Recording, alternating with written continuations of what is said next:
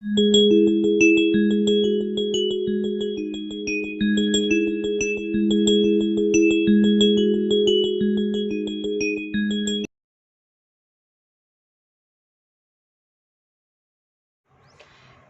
student. In today's class we will understand how to translate a categorical proposition into standard form, rule 2. So आज हम लोग rule 2 समझेंगे कि rule 2 किस law के ऊपर या किस बेसिस पर हमें काम करने को कहता है. So rule 2 में बताया जा रहा है if the subject of a sentence be a definite singular term, यानी कि किसी भी सेंटेंस का सब्जेक्ट अगर डेफिनाइट सिंगुलर टर्म हो या definite name, definite pronoun, singular collective term और singular abstract term, then the proposition will be universal. यानी कि किसी भी सेंटेंस के सब्जेक्ट अगर सिंगुलर डेफिनाइट टर्म के बारे में बताए या डेफिनाइट नेम या डेफिनाइट प्रोनाउन हो या सिंगुलर कलेक्टिव टर्म आए या फिर कोई भी सिंगुलर एब्स्ट्रैक्ट टर्म आए, यानी कि किसी भी तरह का एक डेफिनाइट या सिंगुलर टर्म का इस्तेमाल हो, तो वो प्रोपोजिशन क्लियरली क्या बनता है, यूनिवर्सल प्रोपोजिशन होगा. And it can be either universal A और universal E proposition. A is universal affirmative proposition and E is universal negative proposition.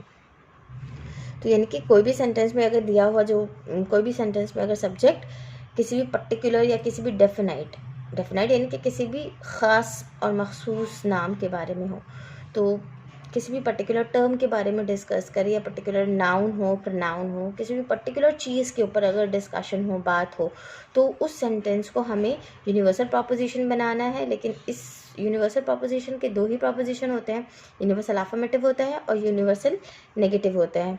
ठीक है, तो या तो वो अफर्मेटिव बनेगा या वो नेगेटिव बनेगा. तो चलिए हम लोग कुछ रूल्स देख लें जिस रूल के अकॉर्डिंग हमें समझ में आए कि वो कैसे ये रूल अप्लाई होता है. चलिए पहला सेंटेंस यहाँ पे जो दिया हुआ है इसमें बता रहा है कि दिस मैन इज़ ब्लाइंड. ठीक है, दिस मैन यहाँ पे पर्टिकुलर इंडिकेट कर रहा है कि ये मैन है ना, तो यहाँ पे एक डेफिनाइट नाउन को ये कर रहा है. तो दिस मैन इज़ ब्लाइंड, ये पर्टिकुलर मैन जो है ये ब्लाइंड है. तो यहाँ पे ये प्रेफर होगा कि हमें जब प्रोपोजिशन में लाना है तो ये सेंटेंस तो एज इट इज़ सेम उतरेगा, लेकिन हमें यहाँ से ये फाइंड आउट करना है कि ये सेंटेंस में कॉपुला है या नहीं और यहाँ कोई नेगेटिव साइन है या नहीं. तो हम ये आसानी से देख रहे हैं कि दिस मैन इज़ ब्लाइंड बता रहा है, तो यहाँ पे कॉपुला तो प्रेजेंट है और प्रेजेंट फॉर्म में ही है, लेकिन यहाँ पे कोई नेगेटिव साइन भी नहीं है. तो अगर नेगेटिव साइन नहीं है तो ये ऑब्वियस है कि एज इट इज़ सेम है और ए प्रोपोजिशन बनेगा. तो हमारा प्रोपोजिशन यानी कि लॉजिकल फॉर्म जो होगा, वो जो स्टैंडर्ड फॉर्म ऑफ प्रोपोजिशन होगा वो क्या होगा, दिस मैन इज़ ब्लाइंड बिल्कुल एज इट इज़ रहेगा and it will be a proposition. Next example देखेंगे कि नेक्स्ट सेंटेंस में बता रहा है Burdwan is not a big town. ठीक है, यहाँ पे किसके बारे में बात हो रही है, एक पर्टिकुलर नाउन के बारे में, या ये कहें कि एक डेफिनाइट सिंगुलर टर्म है ये, क्योंकि बर्दवान अपने में वाहिद सिंगुलर है, इसका कोई प्लूरल फॉर्म है नहीं, एक सिटी का एक टाउन का नाम है. तो यहाँ पे बता रहा है Burdwan is not a big town. ठीक है, जब हम ये सेंटेंस देख रहे हैं तो हमें देखना है कि यहाँ कॉपुला क्या कह रहा है, कॉपुला किस फॉर्म में है, प्रेजेंट है या नहीं. तो हम देख रहे हैं कि कॉपुला तो प्रेजेंट है, बिल्कुल प्रेजेंट फॉर्म में एज इट इज़ है, लेकिन साथ में हमें ये चेक करना है कि नेगेटिव साइन यानी नॉट का साइन है या नहीं. तो यहाँ पे नॉट का साइन है, तो सिंपल है कि ये क्या हो जाएगा, ई प्रोपोजिशन बनेगा. तो जब हम लॉजिकल स्टैंडर्ड फॉर्म में आएंगे तो वो प्रोपोजिशन क्या हो गया, हम लोग ने उसे कॉपी तो किया, that Burdwan is not a big town, बिल्कुल वैसे ही कॉपी हुआ, लेकिन यहाँ पे हम देख रहे हैं कि ये यूनिवर्सल नेगेटिव ई प्रोपोजिशन बन रहा है. ठीक है, ऑब्वियस है नेगेटिव साइन है तो ये ई प्रोपोजिशन बनेगा. अब चलते हैं नेक्स्ट सेंटेंस की तरफ. नेक्स्ट एग्जाम्पल क्या समझा रहा है, नेक्स्ट एग्जाम्पल बहुत सिंपल सा छोटा सा है, ही क्वेरल्स. यहाँ पे कोई कॉपुला नहीं है और ना ही यहाँ पे हम कोई नेगेटिव साइन देख रहे हैं. चलो नेगेटिव साइन नहीं भी, लेकिन क्योंकि एक सेंटेंस को प्रोपोजिशन में लाने के लिए सब्जेक्ट, कॉपुला और प्रेडिकेट का होना मस्ट है. कभी कभी क्वांटिफायर नहीं भी हो लेकिन उसको प्रोपोजिशन एक्सेप्ट किया जाता है, लेकिन यहाँ पे कॉपुला नहीं है. तो ये जो कॉपुला मिसिंग है हमें इसे पुट करना बहुत ज़रूरी है, तभी हमारा वो प्रोपोजिशन स्टैंडर्ड फॉर्म कंप्लीट होगा. तो इसके लिए हमें क्या करना होता है, जब हम लॉजिकल फॉर्म बनाने में आएंगे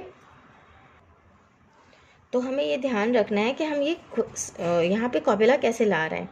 तो प्रॉपोजिशन में हम देख रहे हैं कि ही is a person who quarrels. So he is a person, यहाँ सीधा इस पर्सन को सेट किया गया।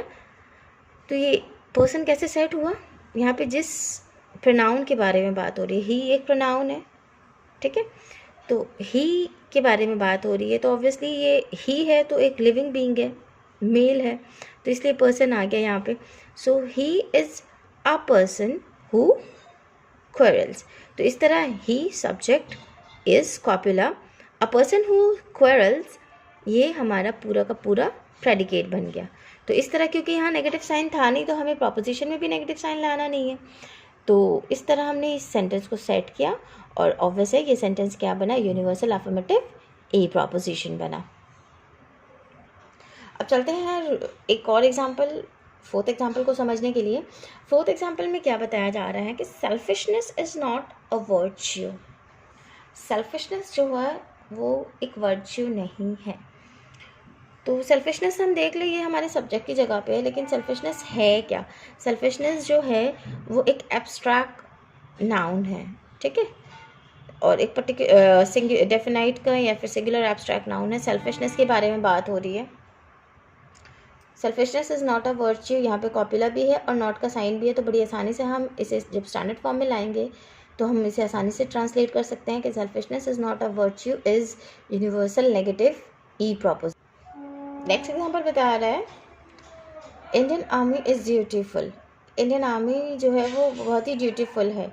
तो जब हम इसे प्रोपोजिशन में लाने से पहले देख लें कि यहाँ पे इज़ है या नहीं है, इज़ आर एम या फिर वर्ब टू बी जो है वो कॉपुला प्रेजेंट है या नहीं, और यहाँ कोई नेगेटिव साइन है या नहीं। और वैसे कोई नेगेटिव साइन हमें नहीं दिख रहा है, कॉपुला बिल्कुल प्रेजेंट है। तो इंडियन आर्मी क्योंकि एक कलेक्टिव नाउन है, ठीक है, इंडिया की आर्मी के बारे में बात की जा रही है। So Indian army is dutiful. So Indian army is dutiful as it is ये बना, और यहाँ पे ये है हमारा A proposition which is universal affirmative A proposition. Hope ये चीज़ें आपको समझ आ रही हों, और अगर किसी को प्रॉब्लम है तो you can ask me in the comment section, मैं ज़रूर रिप्लाई करूँगी। Thank you very much, best of luck to all. तो हमें यहाँ पे यूनिवर्सल नेगेटिव के अकॉर्डिंग नो लिखना है। ये हमारा सब्जेक्ट है which is Buddhist. So no Buddhist.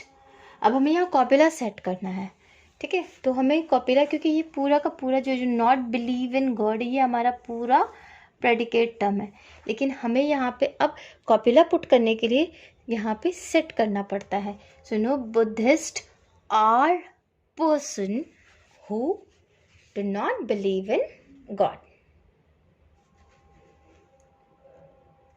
So it's clear, no Buddhist are person who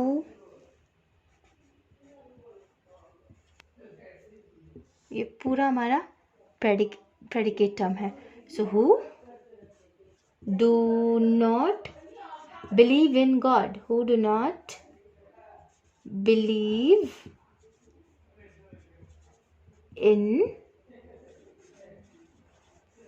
God. Here we are having one more example. एक और एग्जाम्पल हम देखते हैं रूल 2 के अकॉर्डिंग। यहाँ पे क्या है, Shakespeare is not a philosopher, ठीक है। तो एक डेफिनाइट टर्म के बारे में, एक डेफिनाइट नाउन के बारे में बात हो रही है, लेकिन विथ अ नेगेटिव साइन, ठीक है। तो यहाँ हमें कुछ नहीं करना है, क्योंकि हमारे पास यहाँ पे क्लियर है, जो सब्जेक्ट है वो क्लियर है, कॉपुला भी प्रेजेंट है, और नेगेटिव साइन के साथ यहाँ पे जो प्रेडिकेट टर्म है वो भी क्लियर है। तो इसलिए हमें यहाँ पे ज़रूरी नहीं है कि और कुछ लगाए, क्योंकि इम्पोर्टेंट होता है हमें कॉपुला का देखना क्योंकि रूल 2 में ये ज़रूरी नहीं है कि क्वांटिफायर है या नहीं, क्योंकि डेफिनाइट टर्म्स का यूज़ हो रहा है, तो इसलिए क्वांटिफायर शो नहीं करता है, लेकिन कॉपुला का होना बहुत ज़रूरी है। तो जहाँ पे कॉपुला मिसिंग होता है वहाँ हम कॉपुला लगाते हैं, यानी कि वो इज़ आर एम जो है प्रेजेंट सेंस ऑफ वर्ब, तो वो लगाते हैं, और अगर वो नहीं हो तो वो लगाना ज़रूरी है, और अगर वो प्रेजेंट है तो वो sentence as it is same रहेगा। तो यहाँ हम देख रहे हैं कि ये सेंटेंस बिल्कुल क्लियर है, Shakespeare is not a philosopher. तो क्लियर सेम होगा लॉजिकल फॉर्म में, Shakespeare is not a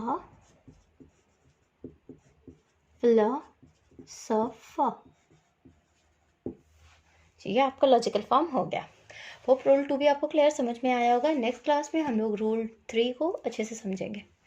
thank you very much, best of luck to all. Yes, don't forget, अगर कंसेप्ट क्लियर है तो share with your friends, and if you have any doubt, any query, then you can ask me in the comment section. I will surely answer you back. And do follow my channel and subscribe me. Thank you. Best of luck to all.